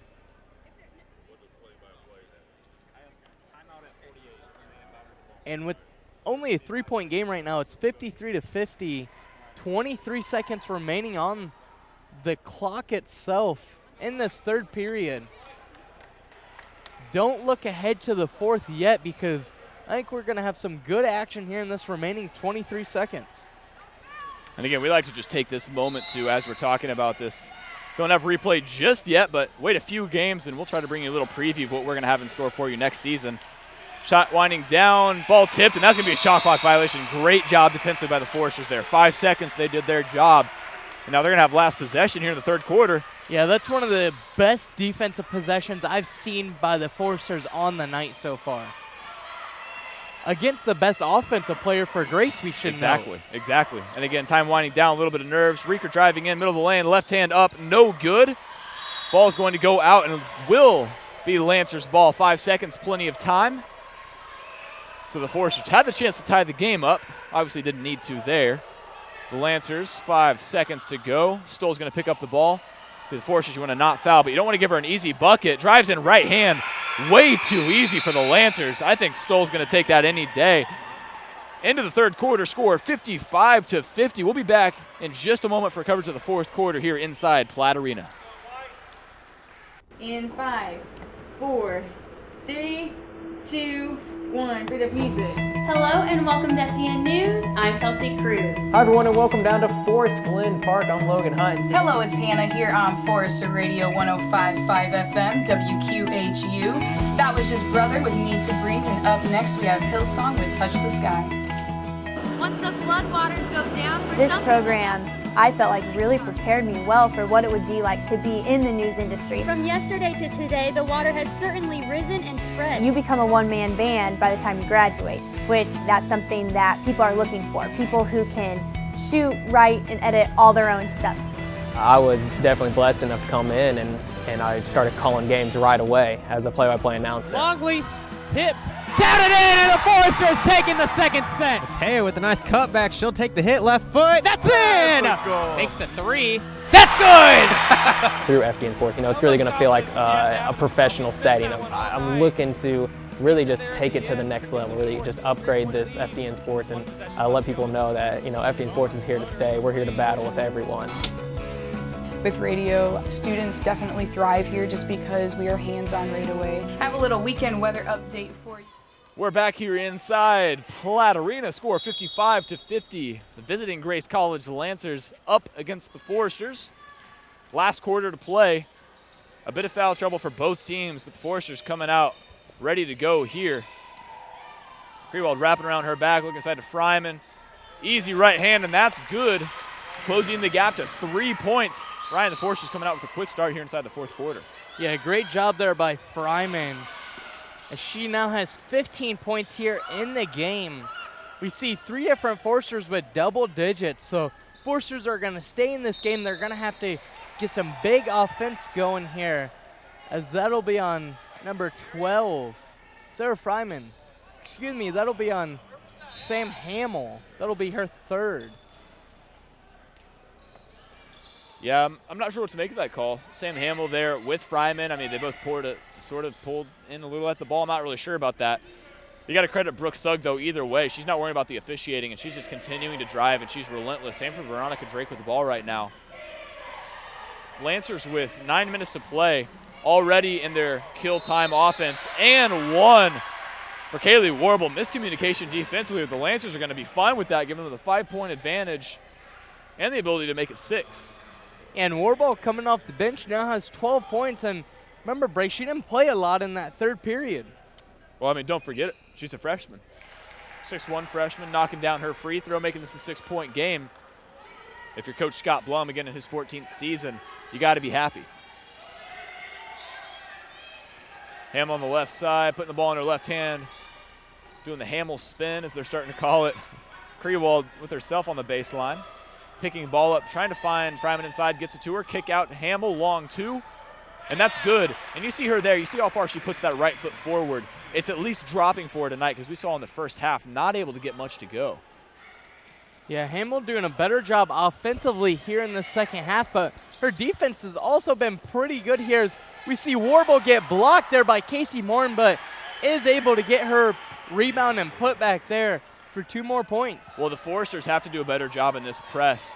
One thing that you learn about pressing is if you're going to do it, you got to do it right or else you get burned on it. Started off causing a lot of turnovers for Grace, but Grace has really taken advantage of slowing themselves down. And they've done a great job beating the press. Scored every time so far in the second half, or excuse me, the fourth quarter, not the second half. Veronica Drake with the ball now on the left wing. Stoll coming back to her left hand, kick out on the right side. Miscommunication between the Lancers that time. Freshmen make mistakes that time, of course. Coming off of Stoll, we're going to see substitutions here. Brooke Saylor with 4 fouls coming in for Casey Morton. And you got to think if you're Coach Bloom's squad, you're going right at Brooke Saylor. Granted, she hasn't had the greatest night. Still scoreless on the board, but getting that 5th foul on her would just kind of help out this offense and really the defense as well. Yeah, this is one of those things where it's hard to come in as a player and play aggressively when you know that on the defensive end, your last foul is your last foul. You know, you've got to be smart about it. That time inside, just a bad pass from Fryman, good defense from Warble, and now Sugg coming the other way with it. The junior guarded by Sam Hamill, the freshman, clears out. Great pass to Warble. Foul called. That's going to be a body. The Lancers, Ryan's doing a great job inside, picking up fouls. Yeah, and that one will be on Krewald as that is her 4th now. So there's 2 Foresters with 4 fouls, and we got Hamill at 3. So foul troubles here. Really, we're not even at the 3-minute mark in this 4th period, and they're already coming in at a lot. Lancers, clock is your friend. Might as well use it. Stoll hands it off to Sugg. Long 3 up from her. No good. Board pulled down by Saylor, and it's a good thing the referees blew that foul. Saylor really just needed that confidence boost there. Able to come down with the ball, hold on to it. Foul going to be called. That's the first on the Lancers in the fourth quarter. 6-point differential. Now Coach Kohler trying to change up the offense just a little bit, Ryan. I'm not sure if she thinks things are just getting stale offensively. Hamill finds Saylor, top of the key. One dribble, looks inside to Fryman, pulls it down, goes to her left. Finds a cutting Krewald. No foul going to be called. It's going to be called off of Krewald, and now the diamond press is back on. And we saw this press really help them out in that coming out of that first half. But we'll have to see what the Foresters can do here with now under 7 minutes remaining. I remember what we always used to do is anytime a coach calls a timeout to figure out what's wrong with the press, call the press off, and then the next possession jump back in on it. This time Coach Kohler opting to pull the press off per possession, letting her girls know that she does want the press on though. Drake picking up her dribble, finds an open Sugg, top of the key. Good defense from Hamill, goes in on Saylor, up, and a nice runner from her. Lengthening the lead to 8 points. Sugg has done a great job commanding the floor offensively, Ryan. Yeah, we talked about how Sugg's really on the short end of the 5-foot mark, but tonight she's really been playing a lot bigger than what her size puts off. Saylor driving on the right side, ball tipped. Sugg throwing that ball off of Saylor, and that'll be Lancer ball. Sugg with the hustle. You can see Saylor just looking defeated right now. She's got to get something going her way because we know she could explode in the fourth quarter. It's not like, you know, being scoreless in the game means she's going to be scoreless the rest of it. Yeah, Saylor's one of those players that I think she's really a threat anytime, anywhere, no matter the foul she has. So high 2-3 from the Foresters.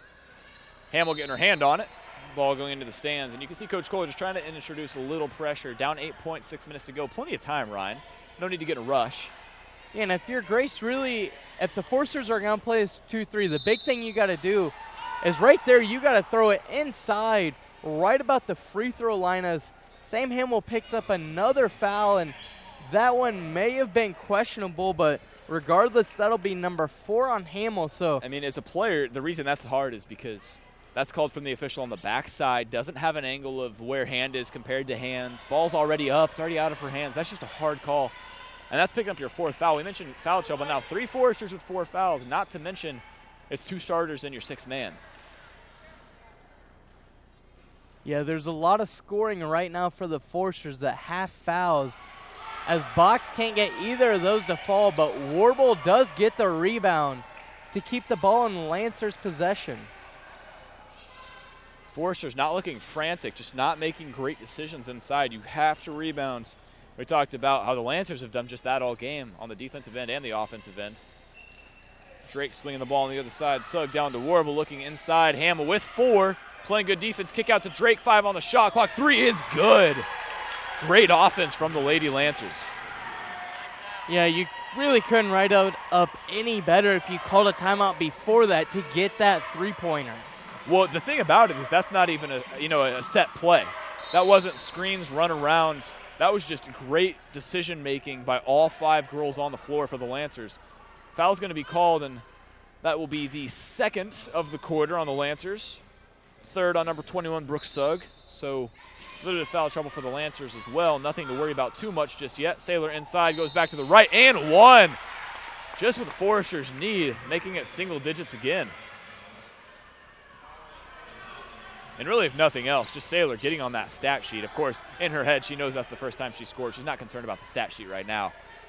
But just getting a little bit of confidence. If she's able to go off in this 4th quarter, it would be a great help for the Foresters. And her free throw's good, completing the 3-point play. Yeah, Saylor doing a great job there, keeping this within a 10-point game, as the Foresters have kind of struggled here. Lancers doing a great job beating the press. Kick out 3, no good. Rebounded by Saylor, who loses the ball, and that's going to stay with the Lancers.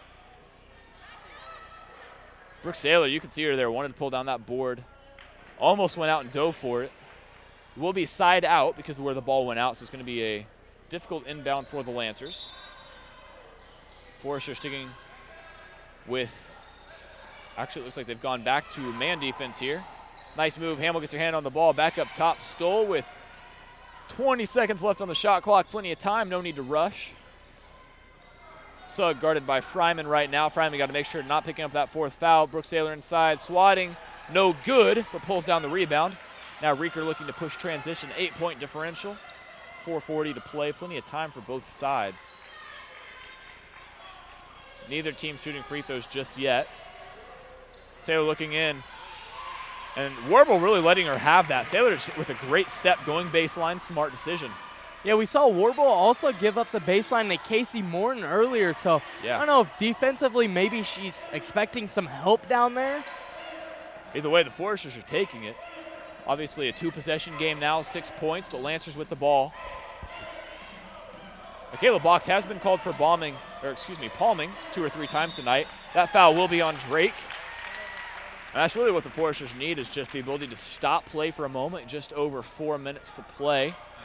That is the 4th foul on the Lancers. We're going to see a substitution here. Warble is going to come out, and as we talked about, giving up baseline a few times, Lexi Minix is going to check in. That's the 4th foul on the Lancers, 4 on the Foresters as well. And the reason that matters is now both teams shooting free throws from here on out. And keep in mind that was Drake's 4th foul as well, so she's in a little bit of foul trouble herself as Reeker drives the baseline but gets her pocket pick there, but Minix cannot hold on to that one.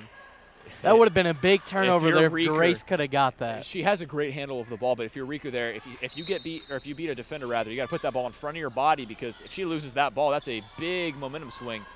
Forrester's lucky that they maintain possession. Hamill driving in, nice spin move off the glass, no good. Rebounded by the Lancers.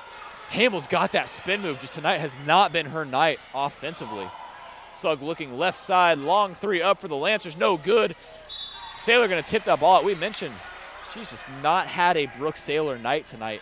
We've seen nights where she's averaged almost triple doubles here at home. Yeah, I think we've seen a couple high 20 or couple low 20 rebound games here, but tonight just not working for her. And with 3:30 to play, still 6-point advantage. Neither team has scored in about a minute. Lancers going to the left side. Drake with 4 fouls, guarded by Fryman with 4 fouls. Reeker with 4 fouls. Hamill with 4 fouls. Stoll kicking back out to the left side, driving it on the right. Saylor can't pick up that 5th. Has to let Box finish inside. 67-59. Lancers enjoying that 8-point advantage.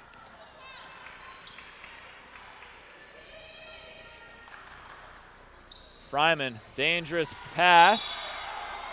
And you see Krewald just having to try to pull up that ball. You can see she's frustrated. That's just dangerous pass from Fryman, miscommunication between the two. If you're Krewald, though, you got to put your hand on the outside. You got to get Fryman something to hit. Referee asking for the floor to be mopped. You saw Krewald hit the ground. Forster's down 8 points, but not for lack of effort, Ryan. I'm sure you'd agree to that. Yeah, we've seen the Forsters. They came out hot there to start the second half, but then things kind of slowed down as we got around the 5-minute mark. Once again, kind of picked up, but Grace has done a great job as we see Michaela Box get a great inbound pass that was really almost to the free throw line.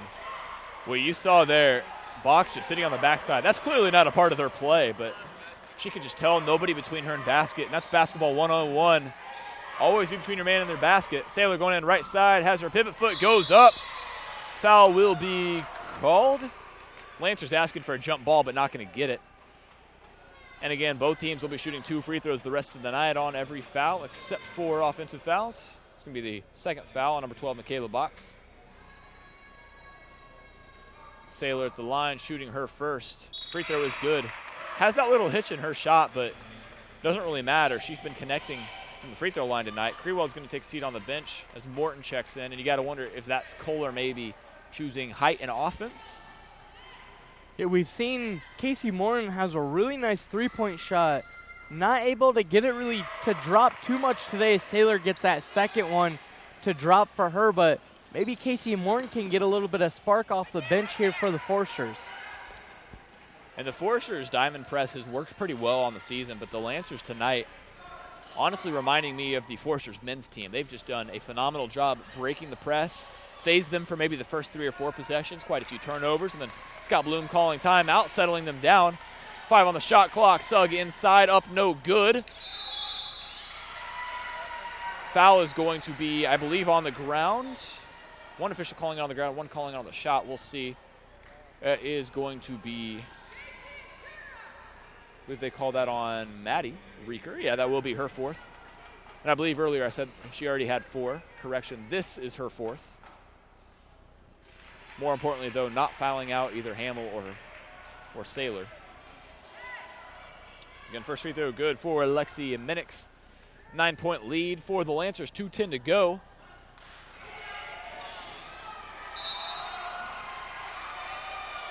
And ball going out on the Lancers, but foul going to be called on Fryman. That's a hard foul call. That'll actually be on Brooke Saylor, as that is her 5th foul. So she will now be fouled out of the game. We'll see Krewald check back in, but remember, Bray, Krewald got 4 as well, so foul trouble here for a couple different Forsters as Box will go to the free throw line. Well, I'm just going to be honest. Saylor, it's just been an off night for her. 2 shots. All the girls maybe reverting back to high school thinking it was a 1-and-1. It's always funny to see that happen, high school, college, or pros. And we saw Fryman and the official there kind of have a little joke back and She was forth. asking, can I shove the ball? Can we just go with it? Second free throw is good. 10-point advantage for the Lancers. 2:10 to go. It is crunch time for the Foresters and Coach Kohler. Of course, plenty of time, only 4 possessions. Fryman going to take a quick 3. Foresters in rebounding position. Hamill gets it, finds a cutting Fryman. Good defense from the Lancers, not enough to warrant a foul.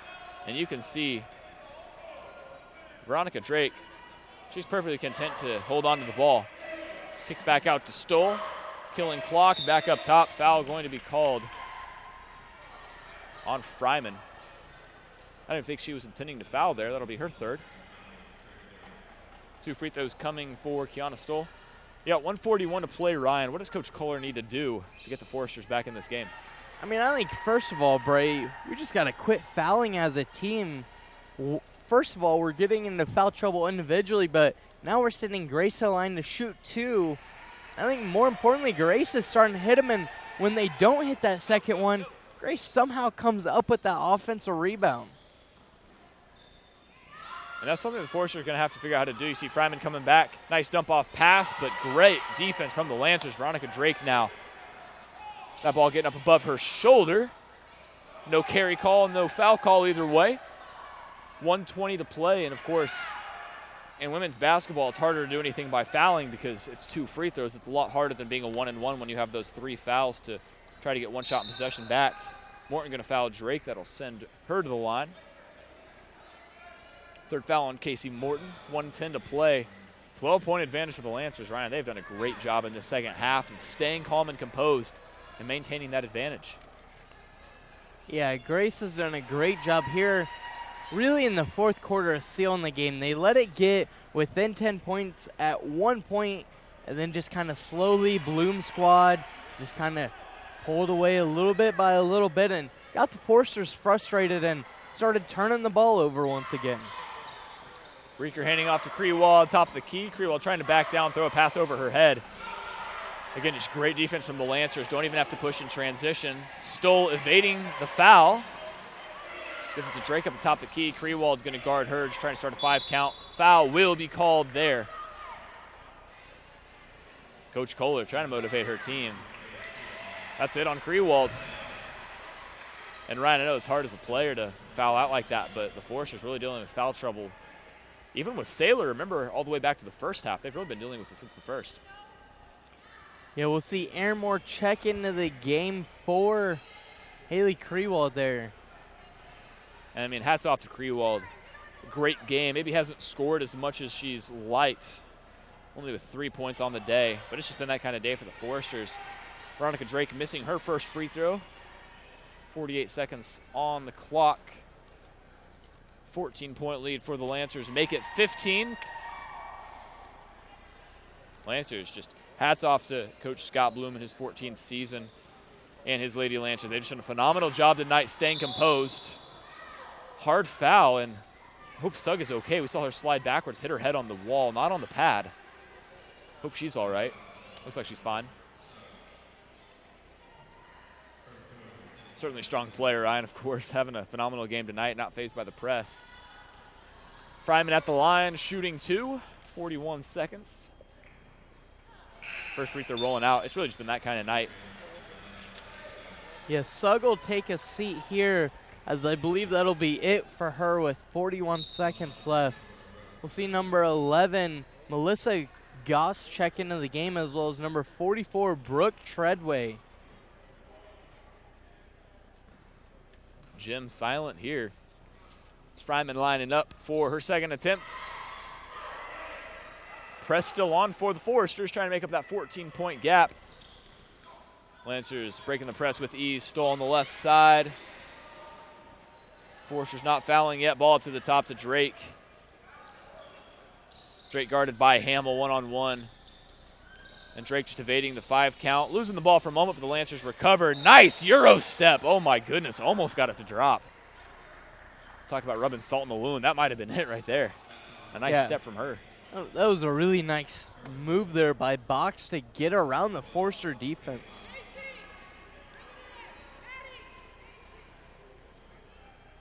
(62-76). First free throw up and good. Putting it back to that 15-point gap, 21 seconds to play. It's just been that kind of night for the Foresters. Shot clock, of course, turned off. Free throw no good. Morton's going to pick up the board, finds Reeker. And it looks like Grace will extend their win streak to 3 games and at the same time snap Huntington's 4-game win streak, as we're now under 10 seconds here. Lancers just having to get the ball past half court. They will. Fryman not giving up.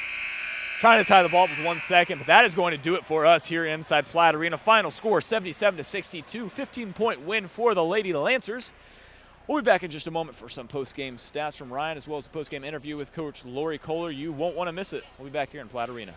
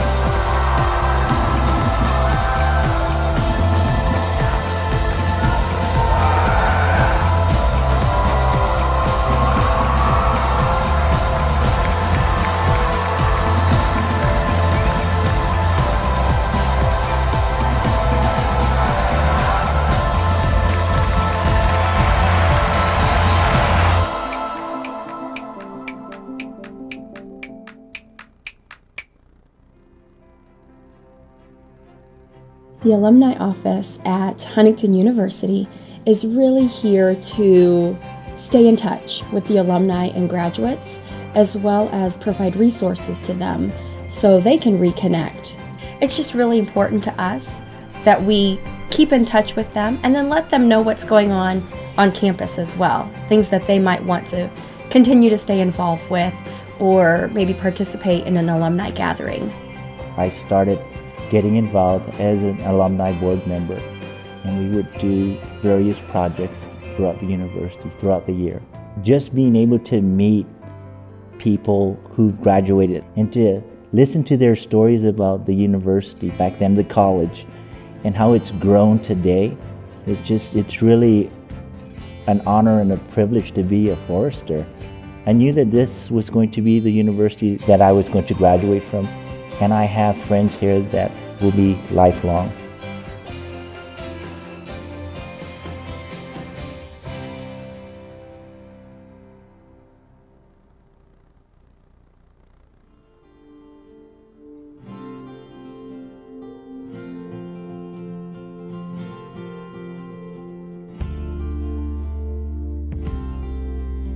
So one of the things that's kind of fun about our department is we have regular gatherings. We call them Friday at Fairchild's house, and Dr. Mark Fairchild hosts these gatherings for our majors. We get together, I guess it's about once a month. First I was like, that's kind of weird. Like, we're gonna go hang out at a professor's house. But for my Greek class, he offered extra credit if we would go. So I was like, it's worth it. I'll take some friends with me and try it out. And it was a ton of fun. I think that's one thing that's kind of unique about Huntington. We really are able to joke and get to know each other outside of the classroom on a personal level. We really become friends, I think, with our students. The experience of being able to sit in a professor's house and engage in scholarly discussion and informal discussion over something faith-based is, I think, very unique to this university.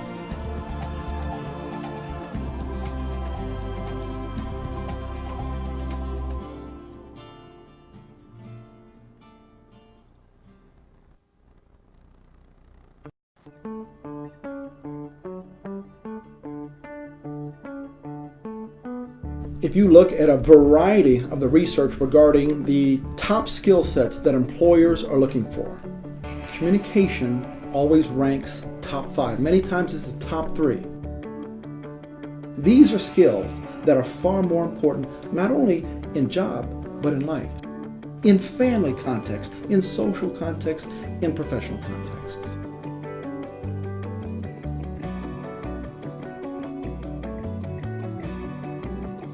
One thing that's different about Huntington University as a Christian college is that we have a journalism major.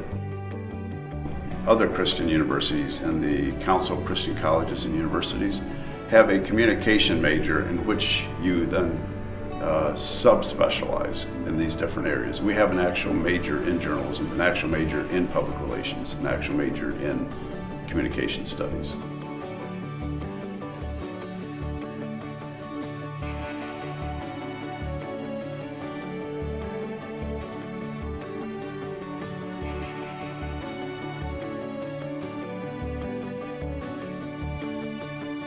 Teachers try to incorporate different aspects of like the Bible into or core curriculum. There's so many things that can spark, you know, excitement, enthusiasm. But here you're reminded that in all of that fluff, in all of that glam, that Christ is the center and Christ is core.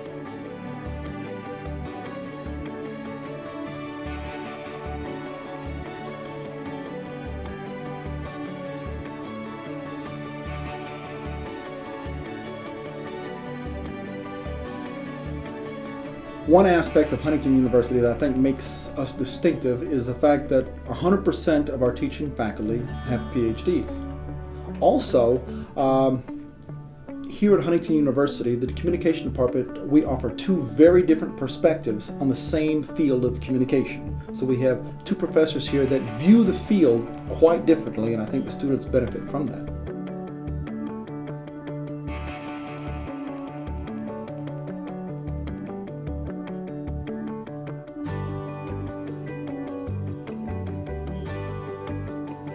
look in the Gospels and I see Jesus interacting with people. He was a really good communicator and understood people well. That's kind of what communication is about, trying to be clear about what you're saying and to understand people.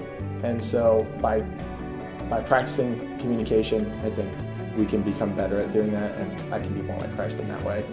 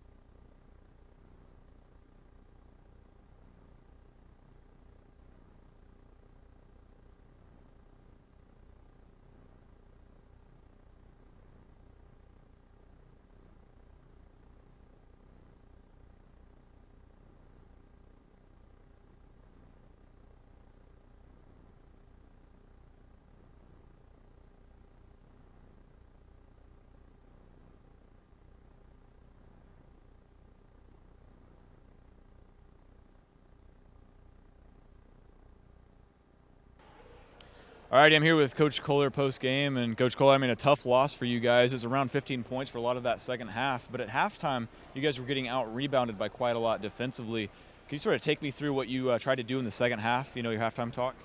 Well, we knew we needed to be more aggressive. We were too tentative in the first half. I felt like we got some early fouls, had to figure out how the game was being officiated, and so that kind of put us back on our heels a little bit, and they took advantage of that. Second half, we decided we just needed to try to create some turnovers, try to be more aggressive and put out a full court press, and that helped get us back in it. But down the stretch, we just, when you take Brooke Saylor out of the lineup, I mean, our rebounding's going to go downhill just the way it is. And so with her being in foul trouble most of the game, that's, that doesn't help her cause. So. Yeah, and she was obviously limited to single figures tonight, and obviously that first 3 quarters, it was pretty tough scoring-wise for you guys because a lot of starters just weren't contributing too much, but Erin Moore had a good first half. Sarah obviously did a better job in the second half. What was your plan for that last maybe quarter, trying to nail things down and close that gap? Yeah, I think we were just trying to stay aggressive. They are a very physical team, and, we were a little bit frustrated by that. And, unfortunately, we just didn't handle that real well today. I'm disappointed in how we handled that. But I think, again, this is one game, so we're trying to just not, let this game define us. We've got another game coming up that we can really work hard to try to battle and see if we can get back in the win column. Now, obviously, you mentioned the Indiana Wesleyan game coming up this weekend, and then you have St. Francis at home next Wednesday. What are you guys trying to do finishing out Crossroads League play here, trying to make a run at the tournament? Well, I think for us to really have a chance to go beyond postseason tournament in the league, we got to win out. I mean, we got to beat some of the teams that are above us, and so unfortunately a loss to Grace, is not really what we needed right now, but I give them a lot of credit. They're tough to defend. They're very quick, and we just didn't handle their quickness real well and their physical play. So, Wesleyan's a kind of a different team, and so we gave them a pretty good game here, so we'll see if we can get that done again on Saturday. Sorry about that tough loss, but I know you guys will bounce back as you always do, and we got a few games coming up. Thanks, Coach. Now I'll send it to Ryan with the post game. We got some stats for you and a message from Forrester Radio. Ryan, take it away.